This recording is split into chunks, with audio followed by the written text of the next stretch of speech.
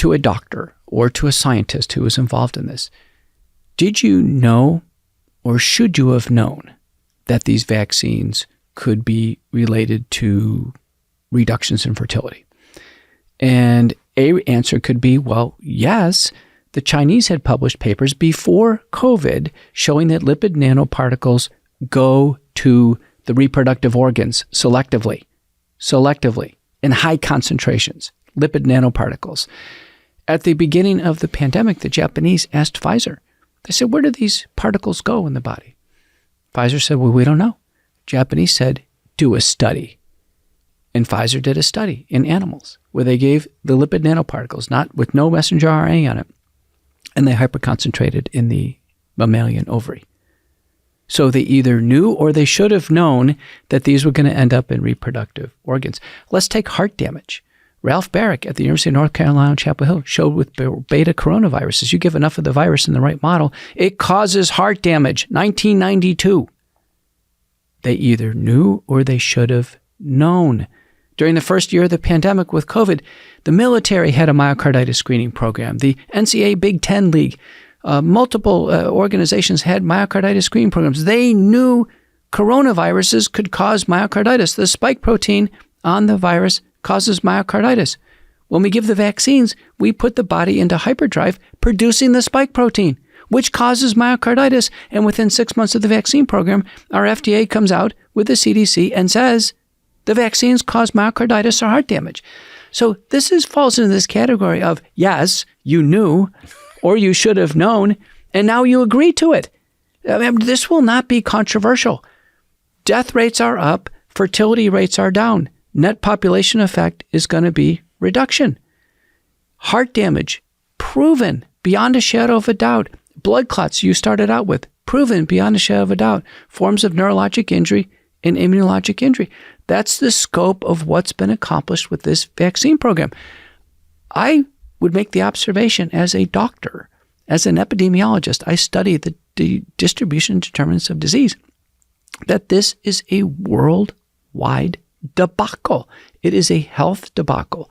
Phase 1 was SARS-CoV-2, the pandemic and the pandemic response, and phase 1, and phase 2 now has been mass vaccination. We don't know what phase 3 is, but there's been 2 phases of a disaster for the world. Right. But this is where I'm curious then. So from my understanding, China did not use American-made vaccines, correct? Am I correct on that? That's right. Okay. For lack of better words, what the hell is going on in China? And what do they know that we don't know? Or why are they approaching COVID in 2022 that you would understand in the way that they are? Like, is this scientific? Is this control? Is it both? Because if you watch the dystopian videos that are coming out of there of the protests, it is very difficult to try to understand with the drones spraying disinfectants and across the cities. I mean, they're literally killing people in their own homes through being burned alive rather than letting them out and survive because they're so committed to the zero COVID lockdown. I don't know what's happening. Do you have any clue? Well, we interviewed Jan Jekielek at the Epoch Times, and he has studied China and the Chinese Communist Party for many, many years. I mean, he's conducted in-depth investigations on particular stories in China. And he said, we don't know exactly what these guys are up to with this. There are different interpretations. He suspects it's not about public health. It's about some form of control or psychological. Perhaps it's a psyop, some form of extending or maintaining control. It doesn't seem to be about public health. It's certainly not about public safety, right? You would never weld the doors shut to an apartment building, which are the escape routes in case there's a fire. That is public safety number one. China is a very vertical country. Everybody lives in these high rises. Thousands of them do. So it can't be about public safety. It can't be about COVID, because I interview people from my show all over the world. They don't even wear masks when they treat COVID. They've treated thousands of people. When I ask them, what do you think about the Chinese wearing hazmat suits? I said they've lost their minds. These hazmat suits are not cheap, by the way. They're expensive. They've lost their minds. They're spraying each other's shoes with disinfectant. that doesn't come out of the shoes. It's not a shoe infection. They look like they've lost their minds. But it does raise the suspicion that this purported emergency is being sort of instrumentalized in order to, put the iron fist down. I mean, could it be that there is a perception in the party that there's some sort of rebellion afoot, and COVID provides a mechanism for suppressing it? But John, they've been wearing hazmat suits for 3 years now. This is 3 years of theater. It's just hard to imagine. It ebbs and flows. We heard a hypothesis that was really, I think it raised the hair on my arm, where it was, listen, we're going to kind of let these protests go, and we've got so many cameras. These people aren't wearing masks. We're going to know who they are.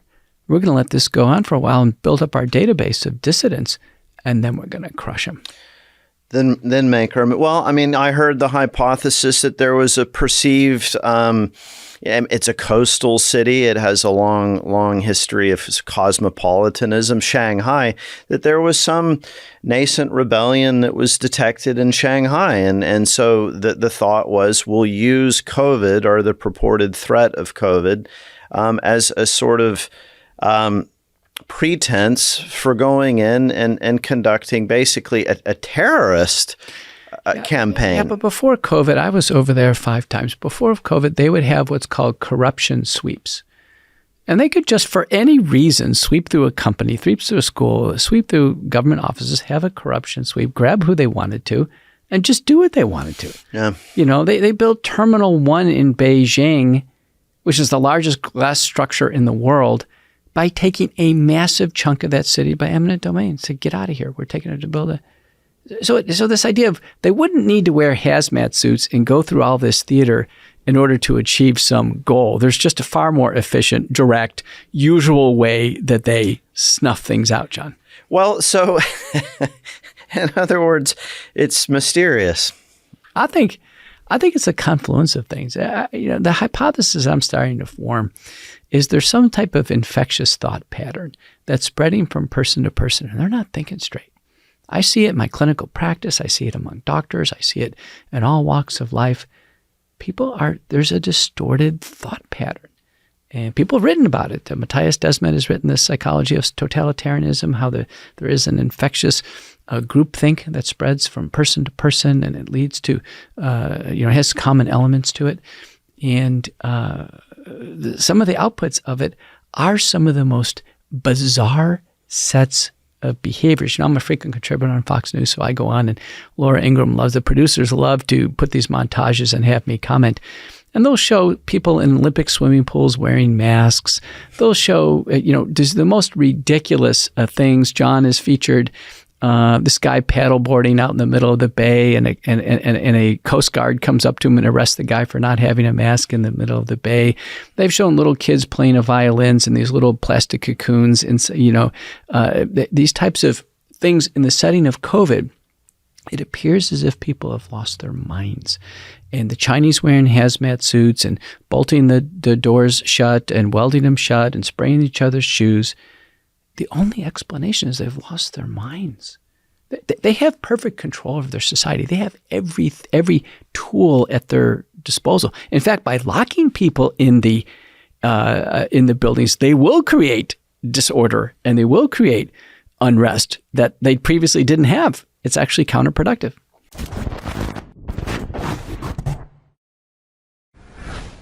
I do want to let you guys know something vital. As we talk about these things, you have to make sure that you hold your future in your own hands, because other people do not want you to have a prosperous life. They definitely don't want you to multiply on your children. And the most important thing, the way they can do that as a provider of your household, as a provider of your own life, is to limit your resources and the amount of money you have. They might not be able to rob you directly, but they can devalue your currency, which is why you've got to invest in things that stand the test of time, like gold and silver.